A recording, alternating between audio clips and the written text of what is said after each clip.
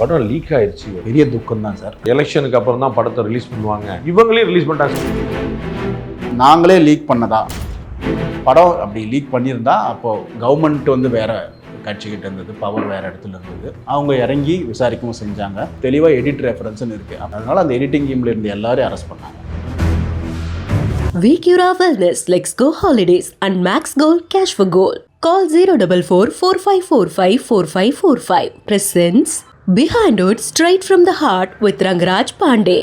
Powered by Nammu Chennai Silks in Aadi Blast, Milky Mist Ice Creams, Dr. Sri Verma, Ayal Tarum Ayurveda, Karthipuram Coimbatore 200-acre Dream Township, Premium Plots, Naturals, World's fastest growing saloon chain, Air Fiber Wi-Fi, Arabian Gardens Seafood Restaurant. Arrest பண்ணி விசாரித்து அந்த league பண்ண ஆளுங்களோட ட்ராக்கை பிடிச்சி ஒரு பையனை பிடிக்கிறாங்க. அவன் எதுவுமே பேசாமல் என்னை மன்னிச்சிருங்கன்னு விழுந்து அழுதுருக்கான். இப்படிலாம் நடந்த ஒரு படம் என்ன பண்ண போகுது?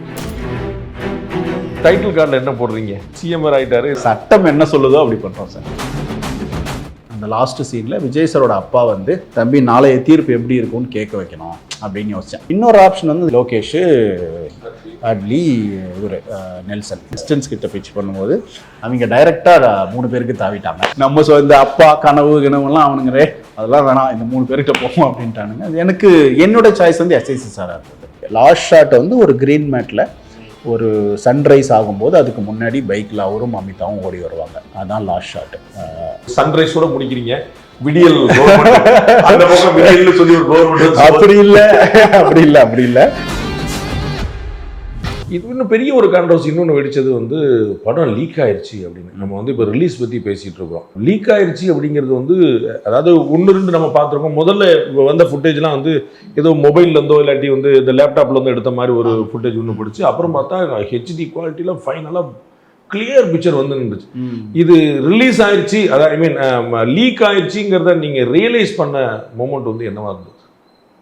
பெரிய துக்கம் தான் சார். பெரிய துக்கம்தான். அதை ஹேண்டில் பண்ணுறதுக்கு ரொம்ப டைம் ஆயிடுச்சு. அது என்ன டக்குன்னு நம்ம சின்ன சின்ன தப்புன்னா கோவப்படலாம். ஏன்டா இப்படி பண்ணுறீங்க அப்படின்னு நம்ம ஆளுங்க மேலே கோவப்படலாம். கரெக்ஷன் அதெல்லாம் கோவம் எப்போ வரும்னா சரி பண்ண முடிகிற தவறில் வரும். இந்த தப்பு சரியே பண்ண முடியாது, அவ்வளோதான். இது வந்து கண்ட்ரோல் அவுட் ஆஃப் கண்ட்ரோல். நீங்கள் ஒரு கவர்மெண்ட்டு நினச்சா கூட அது தடுக்கிறது கஷ்டம். அப்போ இயலாமைக்குள்ளே போகும்போது நம்ம துக்கத்துக்குள்ளே தான் மாட்டுவோம் சார். அந்த டைமில் வந்து அவங்க ஸ்ட்ராங்காக இருந்தாங்க, ஹீரோவும் ப்ரொடியூசரும் ஸ்ட்ராங்காக இருந்ததுனால அது நாங்கள்லாம் தப்பித்தோம். அதில் ஒரு தியரி ஒன்று ஓடுச்சு வந்து எலெக்ஷனுக்கு அப்புறம் தான் படத்தை ரிலீஸ் பண்ணுவாங்க. அதனால் வந்து இந்த டீமே வந்து இந்த வேலை பார்த்து நம்ம வந்து இந்த மொமெண்டத்தை கிரியேட் பண்ணுறதுக்கு டீமுக்குள்ளேயே பண்ணிட்டாங்க. ஏன்னா எடிட்டர் சைடில் தான் போயிருக்குங்கிற மாதிரி போய் அந்த பக்கம் தான் இப்போ வந்து ஒரு பெரிய ப்ராப்ளம். அவரை பேன் பண்ணியிருக்கிறாங்க, அவருடைய அசிஸ்டன்ஸ் வந்து ஜெயிலுக்கு போகிறாங்க, அந்த மாதிரிலாம் போகுது. அப்போ வந்து என்ன சொல்கிறாங்க ஒரு தியரின்னு, இவங்களே ரிலீஸ் பண்ணிட்டாங்க. ஸோ மக்கள்கிட்ட அந்த மொமெண்டம் வேணும், அந்த ஹைப் வேணும், அது பிடிக்கணும். அப்போ வந்து ஒன்று லீக் ஆயிடுச்சு, பாத்தியா விஜய் எப்படி பண்ணுறாங்க அப்படின்னு ஒரு சிம்பத்தி ஒன்று ஃபார்ம் ஆயிரும். இல்லை படம் தீயா இருக்குது அப்படின்னு அந்த உணர்ச்சி வேகத்தில் நீங்கள் எதிர்பார்த்த ஜோஷ் வந்து இங்கே கொண்டு கொடுத்துடணும் அப்படி இங்கே உள்ளே செஞ்ச வேலை அப்படின்னு ஒரு 2 பாயிண்ட் சார். ஒன்று, இது விஜய் சாரை குறைச்சி மதிப்பிடுற மேட்ரு ஆயிடுச்சு. நானே குறைச்சி மதிப்பிட்ட மாதிரி அவர் இதெல்லாம் தாண்டி இருந்திருக்காரு. இந்த படம் லீக் ஆகுதோ, இந்த படமே எடுக்கலையோ அப்படின்னாலும் அவர் ஜெயிச்சிருப்பாருன்னு நினைக்கிறேன். அதனால் அந்த பாயிண்ட்டை வந்து நம்ம இது பண்ணிவிட்டு நாங்களே லீக் பண்ணதா அப்படின்ற பாயிண்ட்டு தான் மேஜரான பாயிண்ட் அப்போ பேசினதில். அது இந்த படம் அப்படி லீக் பண்ணியிருந்தா அப்போது கவர்மெண்ட் வந்து வேற கட்சிக்கிட்ட இருந்தது, பவர் வேறு இடத்துல இருந்தது. அது ஈஸியாக கண்டுபிடிச்சிடவும் முடியும், கண்டுபிடிச்சிருக்கலாம். ஆமாம், உடனே. ஏன்னா இது பெரிய மேட்டர்ன்றதுனால இந்த ஸ்டேட் ஏஜென்சிஸோ சென்ட்ரல் ஏஜென்சிஸோ இறங்கியிருந்தால் மேட்டர் ஆஃப் டைமில் அவங்களால கண்டுபிடிச்சிட முடியும். அவங்க இறங்கி விசாரிக்கவும் செஞ்சாங்க. ஒரு எஸ்பி, 2-3 டிஎஸ்பி, நிறைய போலீஸ் வந்து ஒரு பெரிய டீமாக அவங்க ராத்திரி பகல் வேலை செஞ்சாங்க சார். வேலை செஞ்சு எங்கள் எல்லாருக்குமே நாங்கள் வந்து நம்ம சைட்லேருந்து என்ன தப்பு நடந்திருக்கு, ஏன்னா அதில் தெளிவாக எடிட் ரெஃபரன்ஸ்னு இருக்குது. அப்போ எடிட் ஏரியாவிலேருந்து தான் போயிருக்குன்ற ஒரு ஸ்கொயர் கிடச்சிருச்சு. அதனால் அந்த எடிட்டிங் டீமில் இருந்து எல்லாரையும் அரெஸ்ட் பண்ணாங்க.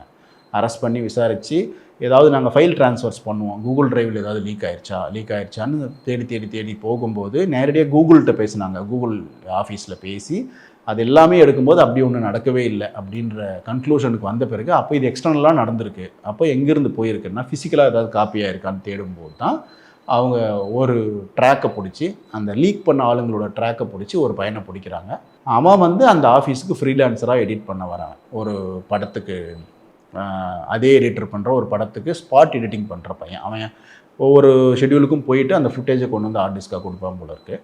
ஸோ அவன் வந்து இவங்க சாப்பிட போகும்போது ஏதோ ஒரு டைமில் அது கரெக்டாக போலீஸ் அது வந்து இன்னைக்கு கிடைச்ச பிறகு என்கொயரியில் வந்து அது வந்து ஆர்வ கோளாறுல அந்த பார்த்த பண்ண ஒருத்தனா இல்லாட்டி பின்னாடி அதுதான் சார் புரியல. ஏன்னா அவன் காப்பி பண்ணிவிட்டு கொண்டு போய் ரீலாக அசம்பிள் பண்ணி சவுண்டு சிங்க் பண்ணி ஸ்கோப் வச்சு படம் பார்த்துருக்கான்.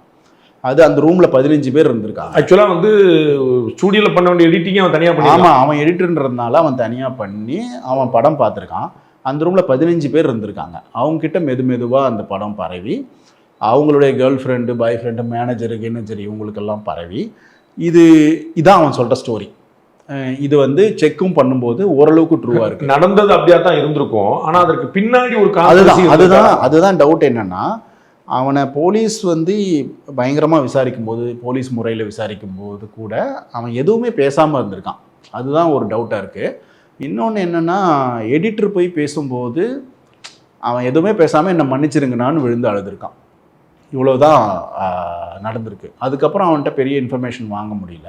ஸோ அதனால் அதுக்கு பின்னணி இருக்கா, பண்ணிட்டாங்களா, எல்லாமே தெரில. இதுவுமே அன்ஆன்சர்ட் கொஷினாக இருக்குது. இப்போ ஓவராலாக இந்த படத்தை இன்றைக்கி வந்து 1,20,00,000 பேர் பார்த்துட்டாங்க அப்படின்னு கோர்ட்லேயே வந்து காவல்துறை தரப்பில் சொல்லியிருக்கிறாங்க. 1,20,00,000 பேருங்கிறது 1/4 ஆஃப் த பாப்புலேஷன். நமக்கு வந்து இதில் வந்து ஒரு 6 கோடி பேர் வந்து நமக்கு வந்து ஆக்டிவ் பாப்புலேஷன் இருக்குன்னா அதில் 1.25 கோடி பேர் பார்த்துட்டாங்க. அதற்கு பிறகும் பார்க்குறதுக்கோ அவங்க பார்க்குறதுக்கோ அந்த தியேட்டரிக்கல் எக்ஸ்பீரியன்ஸுக்கு ஏதாவது இருக்குதாங்க? அது தியேட்டரிக்கல் எக்ஸ்பீரியன்ஸுக்கு நிறைய இருக்குது சார். இந்த படம் தியேட்டரில் தான் பார்க்கணும். தியேட்டரில் நிறைய பேரோட பார்க்கும்போது தான் அது பெரிய ஒரு பயங்கர ஹாப்பியாக கொண்டாட்டமாக இருக்கும். அப்புறம் இந்த ஓவரால் படமே ஒரு கேஸ் ஸ்டடி தான் சார், ஒரு ஹிஸ்ட்ரி தான். இது இப்படிலாம் நடந்த ஒரு படம் என்ன பண்ண போகுது அப்படின்ற ஒரு நானுமே அந்த பாட்டுக்கு ஆர்வமாக இருக்கேன். விஜய் சார் ஃபேன்ஸு, மக்கள் எல்லாரும் எப்படியா இந்த படத்தை பார்க்க போகிறாங்க, அவங்களுக்கு நம்ம சொன்ன கண்டென்ட் வந்து கன்வே ஆகுதா, நம்ம சென்சிட்டிவாக அவங்களுக்கு ஒரு நல்ல விஷயம் கன்வே ஆகணும்னு பண்ணியிருக்கோம், அதை பற்றி பேசுகிறாங்களா, அவங்க அதை எப்படி கொண்டாடுறாங்க, எவ்வளோ சீரியஸாக டிஸ்கஸ் பண்ண போகிறாங்க, இது எல்லாமே நான் ஒரு கேஸ் ஸ்டடி மாதிரி தான் உட்காந்து வெயிட் பண்ணிட்டுருக்கேன் சார் பார்க்குறதுக்கு. நார்மலாக வந்து ஷெட்யூல் வந்து வேறு மாதிரி நடக்கும். முன்னாடியே பாதி அவங்களுடைய ஷெட்யூலை முடிச்சிருப்போம், பின்னாடி தொடரும். ஸோ அவர் நடித்து முடிச்ச பிறகு கூட படத்துக்கு வந்து ஒரு 100 நாள் வேலை இருக்கும், அந்த மாதிரி இருக்கும். ஸோ அவர் வந்து இன்றைக்கி கேமராவில் ஆன் ஸ்க்ரீனுக்கு வந்து லாஸ்ட் ஃப்ரேம் வச்சு முடிச்சுட்டு ரைட் தேங்க்ஸ் கிளம்பிட்டுமா அப்படின்னு சொல்லும்போது அப்படி ஏதாவது நாள் இருந்ததா, இல்லாட்டி தட் வாஸ் த லாஸ்ட் டேனே உங்களுக்கு தெரியாமலே இருந்துச்சா? அப்படி ஓடிட்டு இல்லை, அதுக்கு தெளிவாக இருந்தது சார். அவர் வந்து இதே கேட்டார், இப்போ நான் வந்து ஷேவ் பண்ணிடலாமா, முடி வெட்டிக்கலாமான்னு கேட்டார். லாஸ்ட் ஷாட்டு கன்ஃபார்ம் சார், பேச்செல்லாம் எதுவும் இல்லையேன்னு கேட்டார். எதுவும் இல்லை சார்ன்னு சொன்னேன். ஒரு 84th டே லாஸ்ட் ஷாட் வந்து ஒரு க்ரீன் மேட்டில் ஒரு சன்ரைஸ் ஆகும்போது அதுக்கு முன்னாடி பைக்கில் அவரும் அமிதாவும் ஓடி வருவாங்க. அதுதான் லாஸ்ட் ஷாட்டு. சாரை வச்சு எடுத்தது. ஆமாம், லாஸ்ட் ஷாட். அது எனக்கு ஞாபகம் இருக்குது. அதில் ஏதாவது உருக்கமான தருணங்கள் லாஸ்ட் வந்து ஆன் ஸ்கிரீன் வந்து ஆக்ஷன் அப்படின்னு சொன்ன பிறகு நான் அந்த மாதிரி ஆள் இல்லை சார். அதனால நான் செட்டை கேட்குறேன். நீங்க வந்து தேங்க்ஸ் சார் சொல்லி இன்னைக்கு ஃப்ரேம் முடிஞ்சது அங்கே ஏதாவது மொமெண்டம் இருந்தா கேமரா சார். விஜய் சாரோட எமோஷனாக இருக்கவங்களை பார்க்கும்போது சார் எனக்கு உண்மையிலே இப்போ பயங்கரமாக இருக்குது. நான் எப்படி சொல்கிறேன்னா, நான் ஒரு தியேட்டருக்கு மாஸ்க் போட்டு போகிறேன். அப்போ நல்ல ரிச்சான ட்ரெஸ் போட்டிருக்காரு ஒருத்தர். அவர் வந்து பின்னாடி ஓடி வந்து தொடுறாரு.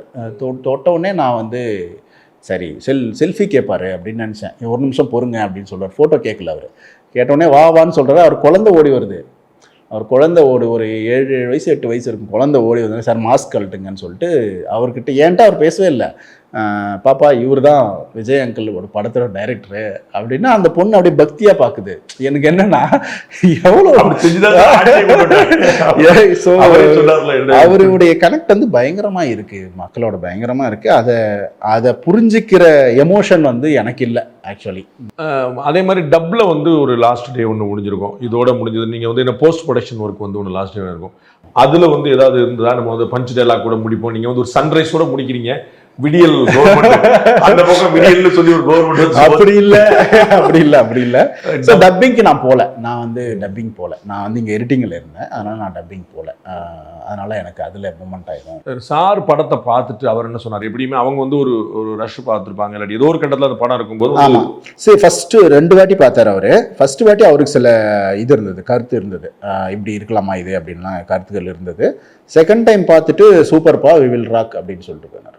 ஓ, அவர் வந்து ரொம்ப அவர்கிட்ட வந்து இப்படி இந்த வார்த்தை வந்துருச்சு, சூப்பர். ஆமாம் சார். அவருடைய சினிமாவை பொறுத்த வரைக்கும் அவருக்கு ஒரு ப்ரெடிக்ஷன் இருக்குது. ஒரு கால்குலேஷன். ஆமாம், கேல்குலேஷன். அது வந்து எப்போவுமே ஜெயிச்சிருக்கு. ஏன்னா நிறைய கரெக்டாக இருந்திருக்கு. ஏன்னா அவர் அதான் சொல்கிறேன், எப்போவுமே விஜய் சார் படம் வந்தோடனே ஒரு வாரத்துக்கு அது இப்படி இது இப்படி நல்லா இல்லை அது இதெல்லாம் பேசுவாங்கல்ல. அப்புறமா ஒரு வாரம் கழிச்சு அது பயங்கரமாக இருக்குல்ல அப்படின்னு சொல்லுவாங்க.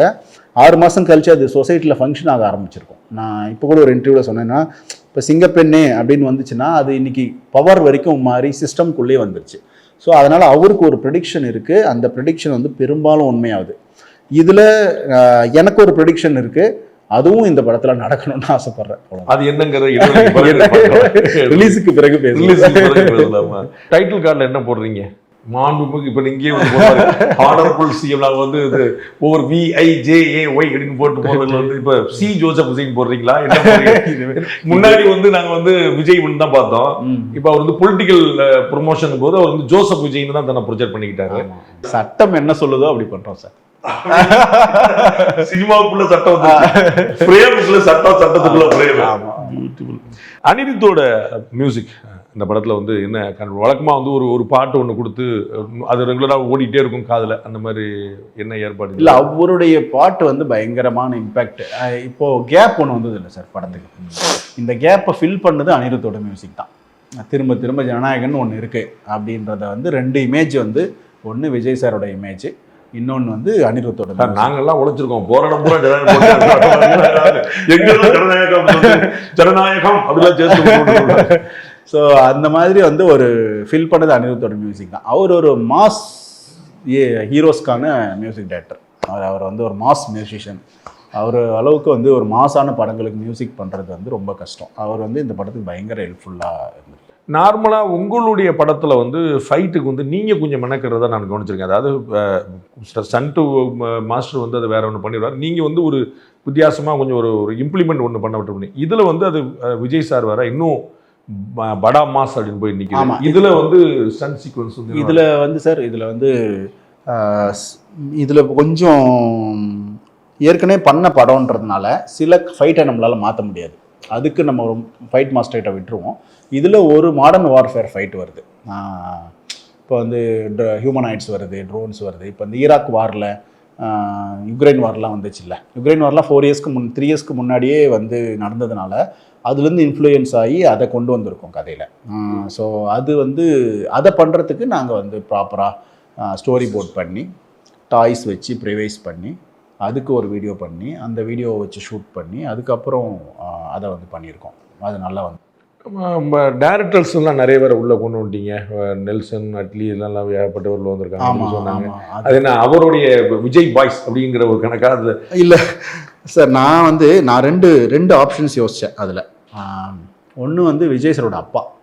அந்த லாஸ்ட் சீனில் விஜய் சரோட அப்பா வந்து தம்பி ஒரு ப்ரெஸ் ரிப்போர்ட்டராக வந்து தம்பி நாளைய தீர்ப்பு எப்படி இருக்கும்னு கேட்க வைக்கணும் அப்படின்னு யோசித்தேன். நான் வந்து அவர் எலெக்ஷனுக்கு முன்னாடியே எனக்கு என்ன தோணுன்னா, ஒரு அப்பா பையன் அம்மா, இந்த ஃபேமிலி ஒரு பெரிய இன்ஸ்பிரேஷன்.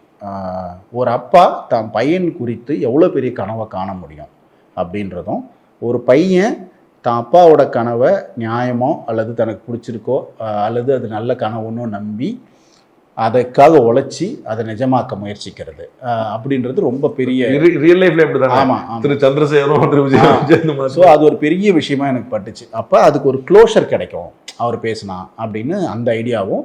இன்னொன்று, கான்டெம்பரரியாக ஜென்சி பாய்ஸுக்கு விஜய் சாரோட டைரக்டர்ஸில் பிடிச்ச 3 பேர், லோகேஷ், அட்லி, இவர் நெல்சன், இந்த 3 பேரும் அப்படின்னு ஒரு ஆப்ஷனும். இன்னொரு ஆப்ஷன் வந்து அந்த கிரிக்கெட்டர் ஒருத்தர் இருக்கார்ல, அந்த ஸ்பின் போடுவார், வருண் சக்கரவர்த்தி, அவர் ஒரு ஆப்ஷன் இருக்கலாம் அப்படின்னு 3 ஆப்ஷன்ஸ் யோசிச்சு அசிஸ்டன்ஸ் கிட்ட பிச் பண்ணும்போது அவங்க டைரெக்டாக 3 பேருக்கு தாவிட்டாங்க. நம்ம இந்த அப்பா கனவுலாம் அவனுங்களே அதெல்லாம் வேணாம், இந்த 3 பேர்கிட்ட போவோம் அப்படின்ட்டானுங்க. எனக்கு என்னோட சாய்ஸ் வந்து SIC சாராக இருந்தது. அது இருந்துச்சு, பட் அது நடக்கல. ஆமாம், இல்லை பசங்க எல்லாம் ஒரு டிஸ்கஸ் பண்ணும்போது அது எக்ஸைட்டிங்காக இருக்கும், இது இன்ட்ரெஸ்டிங்காக இருக்கும். பட் தேட்டர் படம் லாஸ்ட் சீன்றதுனால ஒரு எக்ஸைட்மெண்ட் இருந்தால் நல்லா இருக்கும். நாங்களும் அந்த அதே மாதிரி பிரகாஷ் ராஜுமே கூட பொலிட்டிக்கலி எக்ஸ்போஸ்டு பர்சன் நிறையா வந்து அவர் கான்ட்ரவர்ஷியலான ஸ்டேட்மெண்ட்ஸ்லாம் வேறு விடுவார். அவர் இந்த படத்தில் இருக்கிறாரு. அவர் ஒரு பியூட்டிஃபுல்லான பெர்ஃபார்மர். அது வந்து நமக்கு நிறையா வந்து ஃப்ரேம்லேயே வாங்கிடலாம் அவரை. அது வந்து ஏதாவது வேல்யூ ஆட் பண்ணுறதா இல்லாட்டி லைட்? ஆமாம், அவருக்கு என்னென்னா இந்த மாதிரி படங்களில் சார் நமக்கு பெரிய செட்டப்ஸ் இருக்கிறதுனால ஆக்டர்ஸுக்கு கம்மி டைம் தான் கிடைக்கும். அப்போ அந்த சிங்கிள் ஷாட்டில் பண்ணுறதுக்கு நல்ல ஆக்டர்ஸ் வேணும். அவர் வந்து ஒரு 10 க்ளோஸ்அப் இருக்குது அப்படின்னா அதை கேமரா ஆன் பண்ணி விட்டிங்கன்னா 10 க்ளோஸ்அப்பையும் 10 பொசிஷனில் நின்று கொடுத்துருவார். அவ்வளோ அப்படிப்பட்ட ஆக்டர் அவர் கொஞ்சம் வேலை செய்கிறதுக்கு கடினமான ஆக்டராக இருந்தால் கூட அவர் இதுக்கு பயங்கர ஹெல்ப்ஃபுல்லாக இருந்திருக்கார். அவருக்கு அந்த பொலிட்டிக்கல் அண்டர்ஸ்டாண்டிங்கும் இருக்குது. Behind Oath, straight from the heart with Rangraj Pandey. Title sponsor Vicura Wellness, Advanced Scientific Slimming. No pain, no surgery, any weight loss, இன்னும் smarter. Let's go holidays, travel beyond boundaries. உங்கள் தங்க நகையை விற்று பணம் பெற Max Gold call 044-4545-4545. Max Gold cash for gold. Power by நம்ம சென்னை சில்க்ஸின் Aadi blast up to 50% discount. சேவிங்ஸும் பிளாஸ்ட், கலெக்ஷனும் blast. Taste the Milky Mist ice cream once. There is no turning back. Milky Mist ice cream. Doctor Sreevarma wellness அனைத்து நோய்களுக்குமான ஆயுர்வேத மருத்துவம் தமிழகம் எங்கும். கார்த்திபுரம் 200 acre township in Coimbatore. Ready to construct premium villa plots and commercial plots with world class infrastructure.